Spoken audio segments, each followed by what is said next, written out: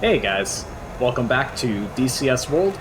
I'm Spudknocker, as always, and today I figured it would be a great time to do a GPS/INS guided weapons tutorial, since in the latest open beta update we received the CBU-105 wind-corrected munition dispenser for the F-16C Fighting Falcon.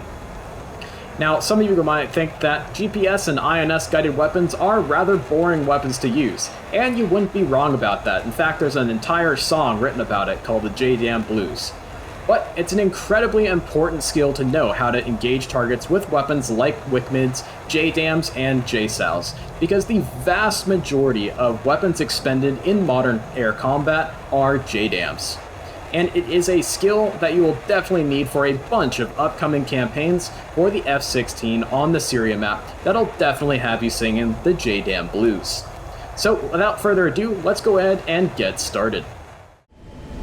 Okay guys, welcome back to the office of the F-16C Fighting Falcon. And we can see we've got two CBU-105 wind-corrected munition dispensers kind of hiding behind the magnetic sensor of our joint helmet-mounted queuing system. And we also have two GBU-38 JDAMs on Station 7 over on our right-hand wing for us to play with our GPS/INS guided weapons tutorial for our F-16C Fighting Falcon. Now, the keen-eyed among you is going to say that, Spud, your title of your video said this is a tutorial for JDAMs, WCMDs, and JSOWs. And to answer that question, we can only carry two of the three types of GPS/INS guided weapons on the F-16 at any one time, on Stations 3 on the left wing and Station 7 on the right wing. We can only also carry the Brew 55 Smart Rack, which can double the carrying capacity of those GPS/INS guided weapons on Stations 3 and 7. But that's okay. The symbology and the methodology and switchology for actually going through and dropping these GPS/INS guided weapons is more or less the same throughout the spectrum of JDAMs to JSOWs to WCMDs on the F-16. This is due to the fact that a real-life F-16 pilot may not be able to drop all three types of weapons in training before he or she is called upon to engage a target with a specific type of weapon in combat. This is due to budgetary constraints and constraints with time in the the pilot actually has in the jet for training. So let's go ahead and get started with the tutorial using some WCMDs and some JDAMs. We're currently over the northern Syrian desert, flying towards Palmyra Air Base to engage some targets that an SOF team has found for us on the ground out there. We've got two Syrian Su-24 fencers and a platoon of BMPs and T-55s out there for us to engage. We can see we're currently about 8 miles out from waypoint 3 over here, so let's go ahead and bring the jet a little bit to the right so that way we can make up for some drift that we've had from some wind. As you guys know from flying the FA-18 many times in the past and dropping JDAMs, launching JSOWs, and any other GPS guided weapons in that aircraft, the TOO mode is very simple and very easy to use. The pre-planned mode that we're going to be using today for the F-16C Fighting Falcon is very similar as of August of 2021 in the DCS F-16 to the TOO mode or Target of Opportunity mode in the FA-18C Hornet. As a result, we're going to be using Steerpoints to actually engage our targets and get those JDAMs onto the correct targets and our wind-corrected munition dispensers onto the correct targets as well. However, one change to the Steerpoint system of the F-16 as of the latest open beta update is the F-16 Steerpoints now conform to the logic in the mission editor that the FA-18 Steerpoints do. That means that whatever altitude you place that waypoint/steerpoint on the map in the mission editor will conversely transfer over to the mission computer of our F-16. As we can see here, I placed Steerpoint 4 over one of the Su-24 fencers out here, as well as the other waypoints as well, but I neglected to change the altitude of Steerpoint 4, one of our target points, to the target altitude as well.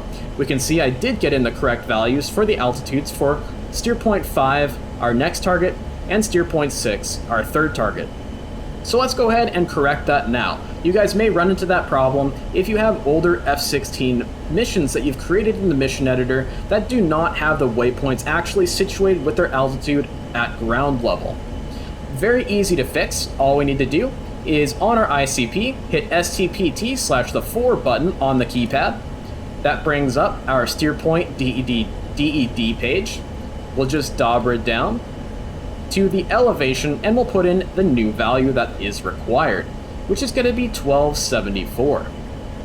1274, enter.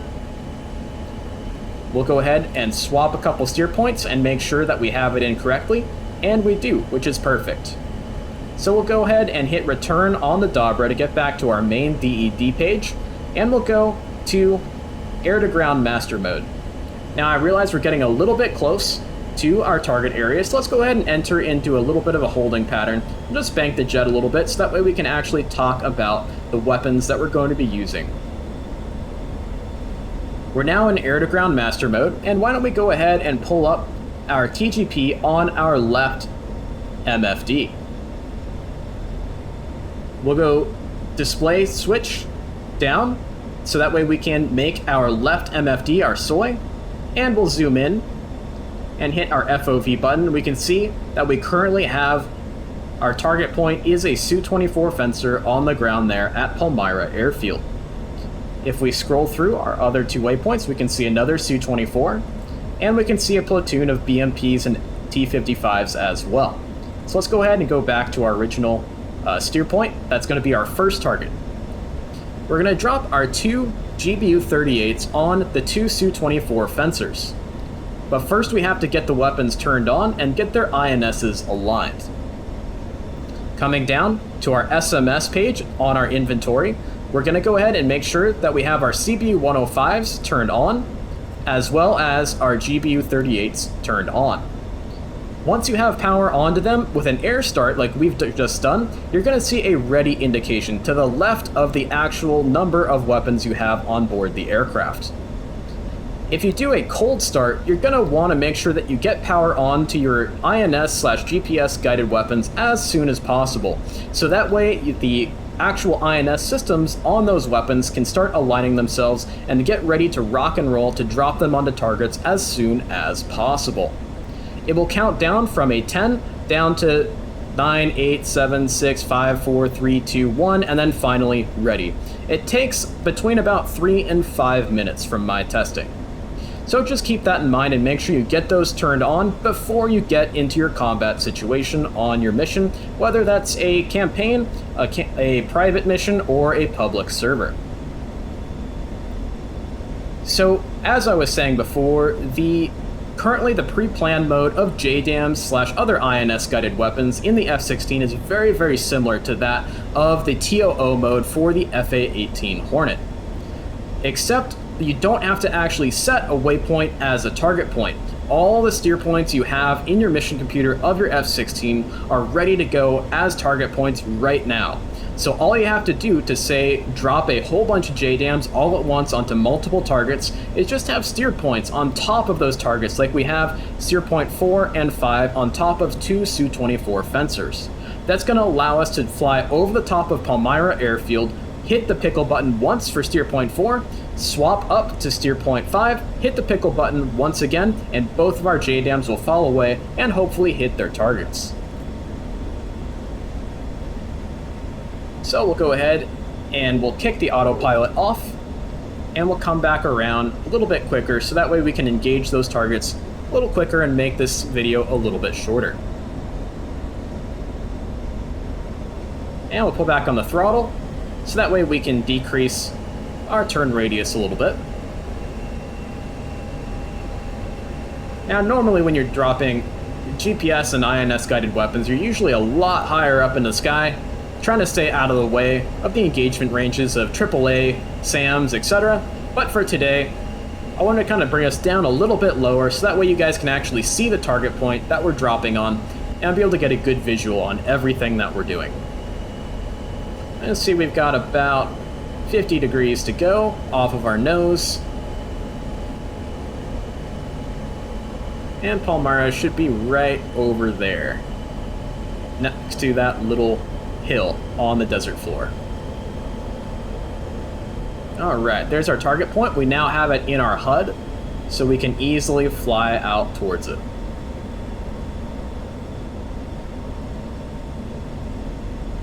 And just to make our life a little bit easier, why don't we go ahead and pop the altitude hold mode on for our autopilot.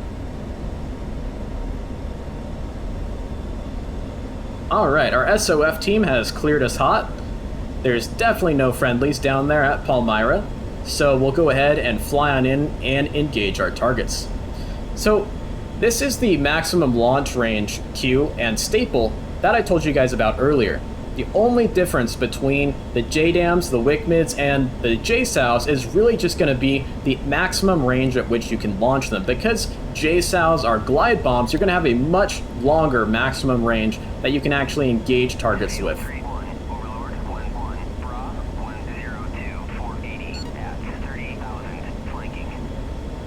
Well, that seems that that target's pretty far away, that the AWACS just told us about, so we'll go ahead and disregard it for now.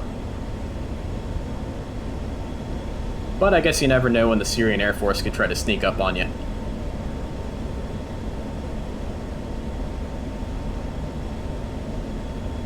Now we can see our little range carrot moving further and further down the range queue, getting into the maximum range staple.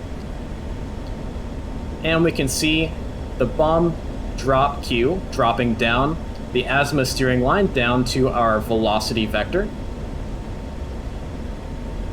And we can see now that we currently have the range carrot inside the maximum range staple. Now with JDAMs in particular, I like to make sure that I get pretty far inside of this maximum range staple. If the carrot gets outside of the maximum range staple, then you've flown too far close to the target, and the bombs may not be able to kind of turn themselves around and hit a target that might be directly underneath you or even behind you. So make sure that you definitely get them off somewhere in the first third of the maximum range staple. I like to make sure that I don't drop them right away, but definitely wait a little bit, so that way the bombs will have more energy available to them to maneuver their way down to the target. So let's go ahead and unpause. We're coming in. And we got one Su-24 queued up. And weapon away. And we'll go ahead and do a little bit of holding the stick to the right here. We'll select our next steer point, Steerpoint 5, for the second Su-24 that we can see down there on the TGP. And weapon away. We'll go ahead and trim this old girl out a little bit. And we'll bank her off to the right so that way we don't get too far away from our target area. Now let's go ahead and watch these weapons fall down to their targets. We'll go ahead and make sure that we head to and watch the weapon in the back, and we can speed up the time a little bit for us.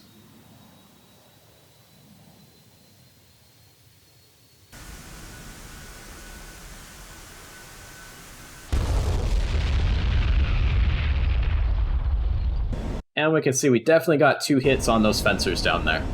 And even though we didn't hit directly square onto the aircraft itself, if this were real life, a 500-pound bomb hitting right next to a very soft target like an aircraft on the ramp, that jet is certainly not flying again and would probably be blown to far more pieces than we're seeing here on our targeting pod. But it looks like we got 2 solid hits on those Su-24s, and we are currently out of JDAM, so let's go ahead and go down to our inventory page on our SMS, and we will go ahead and go over to our 2 CBU-105s. So the SOF team down there has notified us that there are 2 platoons of BMPs and T-55s down there, and they've given us some target coordinates to add in a new steer point to drop our second CBU-105 on. And it's very simple to add a steer point to the F-16. All we're going to do is we're going to go up to our next open steer point at Steerpoint 7. We'll hit number 4/STPT for steer point on our ICP. And we can see that you know that this waypoint is open when you have all zeros for latitude, longitude, and elevation. If we go down to our Steerpoint 6, we can see it already has values inputted, so we'll go up to Steerpoint 7. And we'll open up our little makeshift knee board for our notepad here, and we'll put in the values for our waypoint 7. So we're going to first put in the latitude, so that's going to be a north 3433. So, whoops, on the wrong thing. So Steerpoint 7, we'll dauber it down, make sure that we have the asterisks next to our latitude there. So it's going to be north 3433. .567. 567, enter. Cool, dauber it down once again to the longitude. And easting 038. Keep in mind that when you do decimal latitude and longitude and export it from DCS World, it will not have the 0 in front of the hundreds value for an easting or a westing longitude. So make sure that you always input the correct value. Make sure you have a 0 in front of like the 38 for an easting. 18.927. Enter. And the elevation of our target, of course, is going to be 1294. Cool. We've now created a new target point for us, and we'll go ahead and reset it. We'll select Steerpoint 6 for our first wick mid drop.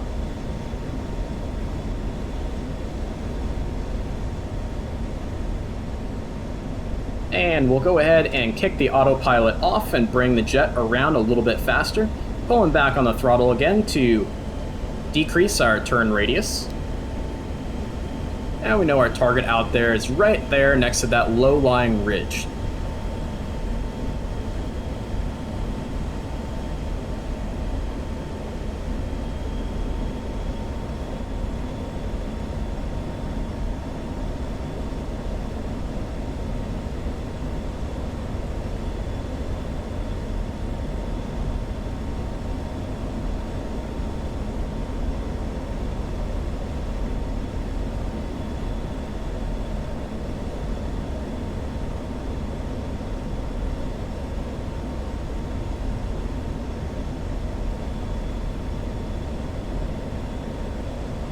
And we just used our HOTAS commands to go TMS to the left to put in a white hot mode on our targeting pod, so that way we can see those vehicles down there a little bit easier. We'll go ahead and turn on altitude hold mode again. And so one thing that I have noticed in my testing of these CBU-105s before making this tutorial video is the CBU-105s tend to drop and spread out their skeets a little bit long after your target point. So I recommend bringing your target point towards you a little bit more, so that way when they do drop their CBU-105 skeets a little bit long, they're going to be spread out across your target area rather than spread out long away from your target area. So we'll kind of do a little bit of a correction here for that. What we'll do is we'll move our crosshairs of our TGP down a little bit, and we'll go TMS forward long to set a new offset point from our target point. Now, as of right now, in the latest open beta update, it seems that those offset points that you set by going TMS forward long tend to stick for all of your target points. So we can see that even this one here at number 7 is a little bit offset from our original point, which is right on top of that BMP there. So we'll go ahead and go back to waypoint 6. So that can be kind of useful in this situation in terms of trying to make sure that our skeets don't go long over our target area, but they could be a little bit frustrating for others who are trying to set, say, multiple offset points from steer points for engaging different targets with any kind of munitions they need to. And you can see here that our maximum range staple for CBU-105s is quite a bit lower than that of JDAMs and, of course, JSOWs. And this is because it's a big old fat canister that is very draggy, that has to come all the way down to the ground, explode over the ground, and then drop those skeets across the target area. And because it's just so fat and very draggy, it's not going to be able to fall as far of a distance as, say, a nice streamlined JDAM or the nice winged, very aerodynamic form of a JSOW.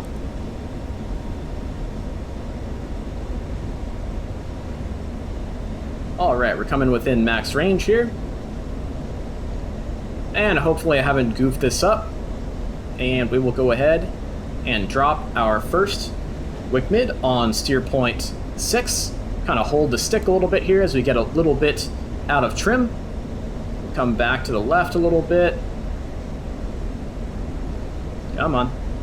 There we go, back on the azimuth steering line, and bombs away for our second wick mid. We're going to trim out the jet a little bit here.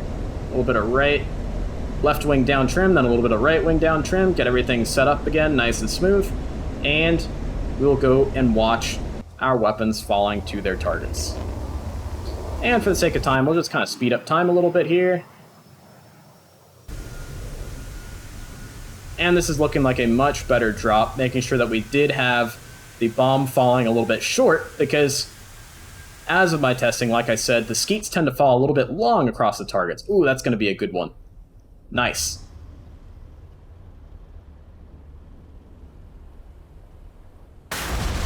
And let's go ahead and go to a vehicle view to see the destruction from the ground level.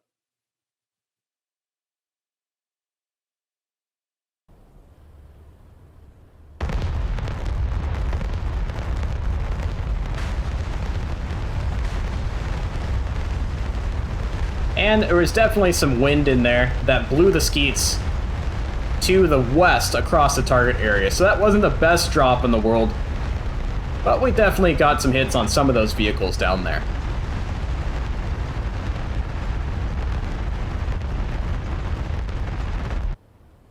Well, that was kind of a waste of a couple CBU-105s, but that shows you guys that they are definitely affected by the wind. So you can see how hard the wind is blowing, even though they are wind-corrected munition dispensers.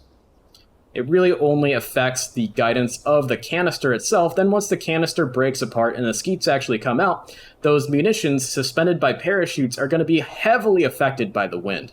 So I should have actually taken a look at what the wind was blowing on the ground down there, and then maybe held an offset that was both forward and to the right from our perspective here of the target area to make sure those skeets stayed over the top of our vehicles. But we definitely cratered the runway quite a bit here at Palmyra Airfield, and I guess that's going to be good enough for us.